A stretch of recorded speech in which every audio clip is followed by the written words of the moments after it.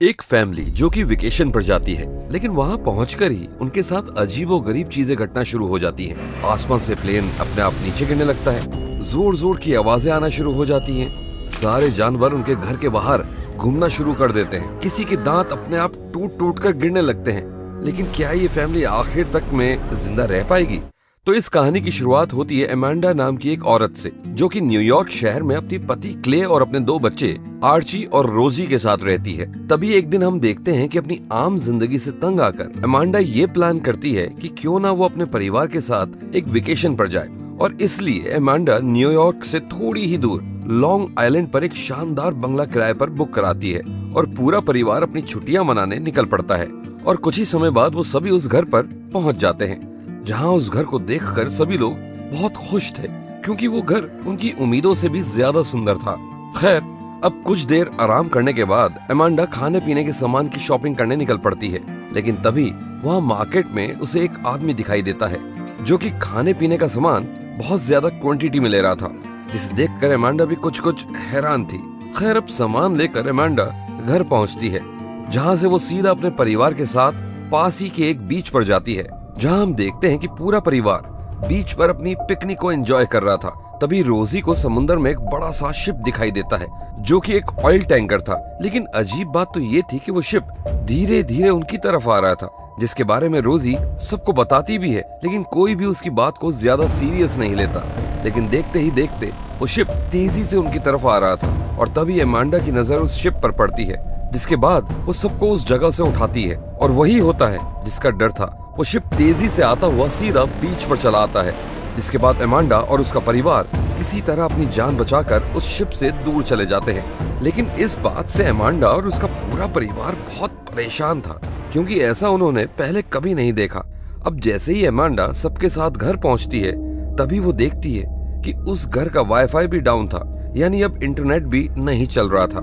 खैर, अब वो पूरा परिवार उस हादसे को भुलाकर अपने वेकेशन एंजॉय करने लगता है, और देखते ही देखते रात हो जाती है। तभी उसी रात हम देखते हैं कि कोई उस घर का दरवाजा खटखटाता है। हालांकि आर्ची और रोजी अब तक सो चुके थे, इसलिए एमांडा और क्ले जाकर दरवाजा खोलते हैं, और तब वहां वो जॉर्ज और उसकी बेटी रूथ से मिलते हैं। और तब जॉर्ज उन्हें बताता है कि जिस घर में एमांडा और उसका परिवार रह रहा है, असल में वो उसका ही है, और एमांडा ने ईमेल पर बात करके जिस इंसान से वो घर बुक करवाया था, वो जॉर्ज ही था। इसके बाद जॉर्ज उन्हें बताता है कि असल में जब वो शहर की तरफ जा रहे थे, तभी वहां एकदम से ब्लैकआउट हो गया। सारे जगह से नेटवर्क गायब हो गया, बिजली चली गई, और फोन, रेडियो, हर चीज ने काम करना बंद कर दिया। जिसके बाद जॉर्ज को मजबूरन अपने घर वापस आना पड़ा। हालांकि जॉर्ज कह तो सच ही रहा था, लेकिन एमांडा को जॉर्ज पर बिल्कुल विश्वास नहीं था। लेकिन जब जॉर्ज एमांडा से ये वादा करता है कि अगर एमांडा उन्हें उस घर में रहने देगी, तो वो उनका किराया आधा कर देगा, और ये सुनकर एमांडा जॉर्ज और उसकी बेटी को उसी घर में ठहराने के लिए मान जाती है। तभी हम देखते हैं कि जैसे ही रूट टीवी को ऑन करती है, तब उन सभी लोगों को पता चलता है कि पूरे देश में इमरजेंसी लागू कर दी गई है, जिसके बाद टीवी, इंटरनेट, रेडियो, हर चीज को बंद कर दिया गया है। खैर, अब क्योंकि रात बहुत हो गई थी, इसलिए सब लोग जाकर सो जाते हैं। जिसके बाद अगले दिन की सुबह होती है, और सुबह उठते ही एमांडा अपने फोन को चेक करती है, जहां न्यूज से उसे पता चलता है कि शायद पूरे देश में हैकर्स ने हमला किया है। जिसके बाद क्ले ये तय करता है कि वो मार्केट में जाकर न्यूज़पेपर लाने की कोशिश करेगा, जिससे शायद उनको कुछ पता चल जाए। उधर पूल के पास बैठी रोजी देखती है कि उनके गार्डन में कई सारे हिरन आ गए हैं, और इनकी तादाद कई 100 में थी, जो कि एक बड़ी ही अजीब बात है, क्योंकि अमूमन जानवर कभी भी इस तरीके से बर्ताव नहीं करते हैं। दूसरी तरफ क्ले मार्केट के लिए निकल चुका था। तभी रास्ते में उसे एक डरी सहमी औरत दिखाई देती है, जो कि शायद क्ले की मदद चाह रही थी। लेकिन जैसे ही क्ले उससे बात करने की कोशिश करता है, तब उसे पता चलता है कि वो स्पेनिश बोल रही थी। इतने में ही क्ले देखता है कि कुछ लाल रंग की चीज आसमान से गिरने लगी है, और ये सब देखकर क्ले बहुत डर जाता है और तेजी से अपने घर की तरफ भागता है। दूसरी तरफ हम देखते हैं कि जॉर्ज भी अपने एक पड़ोसी के घर में पहुंचता है, जहां वो देखता है कि उस घर में अब कोई मौजूद नहीं था। साथ ही वो घर तहस नहस हो चुका था। जिसके बाद वो घर के पीछे बने बीच पर पहुंचता है, जहां जॉर्ज को कई सारे लोगों की लाशें दिखाई देती हैं, जिसे देखकर जॉर्ज बहुत डर जाता है। साथ ही वहां उसे कई एयरप्लेन्स का मलबा भी दिखाई देता है। तभी अचानक से वो देखता है कि एक और एयरप्लेन उसी बीच की तरफ तेजी से बढ़ रहा है। जिसके बाद जॉर्ज अपनी जान बचाने के लिए उस बीच से दूर भागता है और उसकी आंखों के सामने वो प्लेन समुद्र में क्रैश हो जाता है और जॉर्ज किसी तरह अपनी जान बचाने में कामयाब हो जाता है। उधर घर में हम देखते हैं कि रोजी और आर्ची घर के पास ही एक जंगल में जाते हैं, जहाँ जंगल के बीचों बीच उन्हें एक कैबिन दिखाई देता है और जब वो दोनों उस कैबिन में जाते हैं तब उन्हें शक होता है कि शायद कहीं उस कैबिन में कोई रह तो नहीं रहा था। तभी जब रोजी उस कैबिन की खिड़की से बाहर देखती है तभी उन्हें एक दूसरा घर वहां से नजर आता है जो कि उनके घर से ज्यादा दूर नहीं था। खैर, इसके बाद वो दोनों अपने घर वापस चले जाते हैं, लेकिन कुछ तो था जो कि वहां अजीब हो रहा था, क्योंकि उस जगह पर जानवर भी बहुत अजीब बर्ताव कर रहे थे। उधर जॉर्ज भी घर पहुंच जाता है, जिसके बाद वो अमांडा को बताता है कि जब वो अपने पड़ोसी के घर गया तब उसने वहां उसका सैटेलाइट फोन इस्तेमाल करने की कोशिश की, लेकिन वो फोन भी काम नहीं कर रहा था और किसी भी देश का सैटेलाइट तबाह करने का काम कोई हैकर नहीं कर सकता था। अब ये सुनकर अमांडा और डरने लगी थी।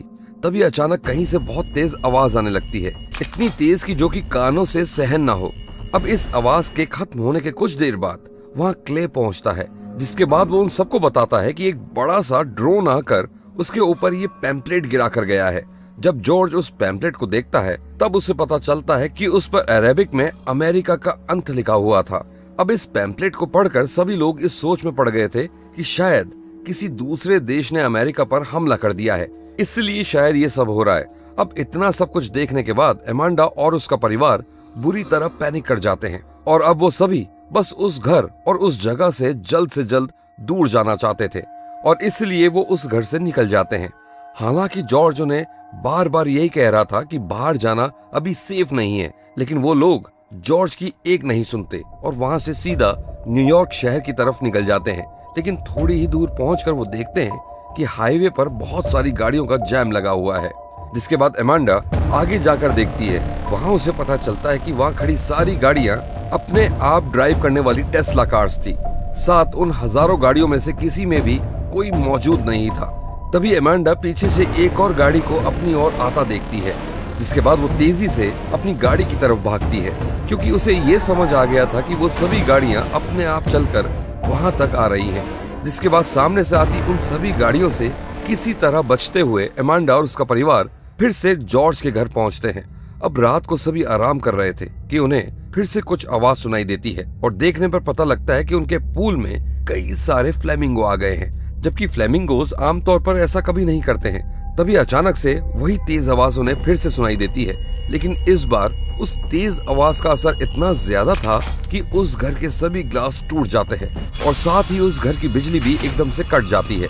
खैर, इतना सब कुछ होने के बाद भी वो सभी लोग उस रात किसी तरह सोने की कोशिश करते हैं।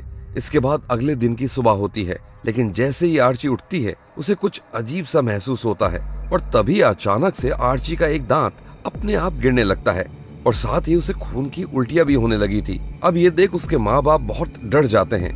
पूछने पर आर्ची बताता है कि कल जब वो रोजी के साथ जंगल में गया तब उसे वहां एक कीड़े ने काट लिया था, तो शायद कहीं ये सब कहीं उसकी वजह से तो नहीं हो रहा था।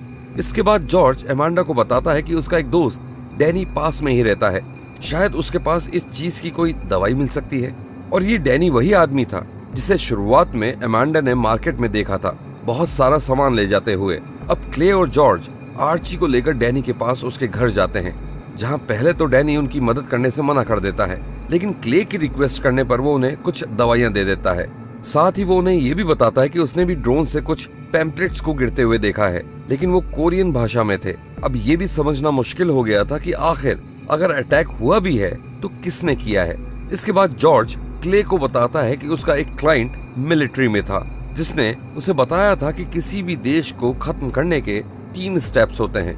पहला, उनका कम्युनिकेशन नेटवर्क खत्म कर दो, उसके बाद उस देश में मिस इन्फॉर्मेशन फैला दो, आखिर में उस देश के लोग खुद ही एक दूसरे को खत्म करने लगेंगे। ये सब बिल्कुल वैसा ही था जो अभी तक होता आया था। उधर घर पर हम देखते हैं कि अचानक से रोजी वहां से गायब हो गई थी, जिसके बाद रूट और अमांडा मिलकर रोजी को ढूंढने की कोशिश करते हैं, जहां वो रोजी को ढूंढते ढूंढते उसी जंगल की तरफ जाते हैं। लेकिन तभी अचानक बहुत सारे हिरन रूट को चारों तरफ से घेर लेते हैं, लेकिन इससे पहले कि उनमें से कोई भी रूट पर हमला करता तभी वहां अमांडा आ जाती है और किसी तरह उन सभी हिरणों को डराकर वहां से भगा देती है।